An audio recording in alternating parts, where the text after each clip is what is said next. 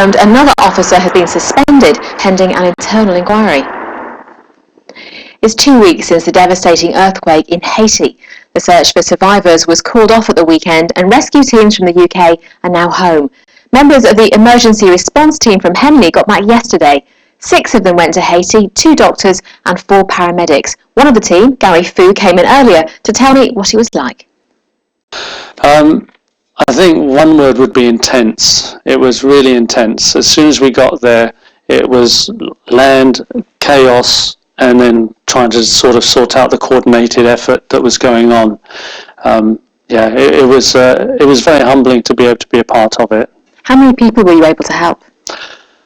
There were hundreds. We worked in a camp adjacent to a rubble pile where we were working with urban search and rescue, heavy rescue technicians, and our rescue medics would help and assist bring people out. But there were also people who were affected and injured as a part of the earthquake that weren't there. So there was a big field trauma hospital made just under sheets under the sun, and there were hundreds lying around us, and they all came through our camp.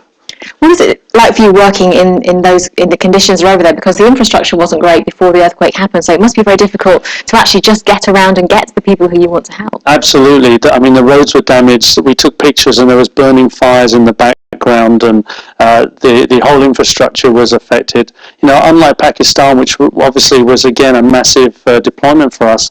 That was a bigger country with pockets of disaster in it. But Haiti is such a small country without the sort of governmental structure that was there. So in many ways it hit the whole country, and there was no support in many ways. I mean, after we treat someone, we wanted them to have food and water, but there was none getting in. At the weekend we saw the 11th, on the 11th day, wasn't it? Someone was actually rescued from the rubble. But that was kind of at the time that the rescue mission was being called off. How frustrating is that for people like you who are out there trying to help people, seeing actually someone has survived and there may be more people there, but it's time to go home? Absolutely.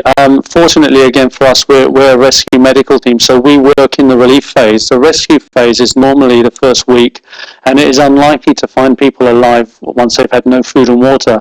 But in his case, and I was a small part of the communication of that, he was actually in a void, as opposed to there were many pancake collapses, but he was in a void where he was under a hotel and was able to get food and drink pop out of the store in the hotel, and he just sat there living off that in these tiny little spaces. So I mean, it does happen. It is possible for people to live longer, and fortunately the rescue teams were able to get there and get him out. Do you think you'll be able to go back? Because obviously it must be quite frustrating to leave at this point and then not see what happens subsequently. I mean, we're a small charity. Everyone's a volunteer, and we did great work, but we're still paying for this mission. I'm really hopeful that if we can raise a bit more money, having made the contacts we did and done the work we've done on the front line, we could send another team out there during the relief phase and get some more good work we're doing. We're working in a field hospital, we're working on the rubble piles, but we're also working in orphanages and these secondary hospitals away from the rubble piles, and it would be great to go back there and then work, because there's still infections, there's ongoing care that's needed, and it would be a great thing if we could get back and do some good. Gary Fu, thank you. Thank you. And if you want to find out more about the work of the emergency response team, they have a website. The address is on the screen for you now. Still to come on BBC Oxford News, the new recruits breathing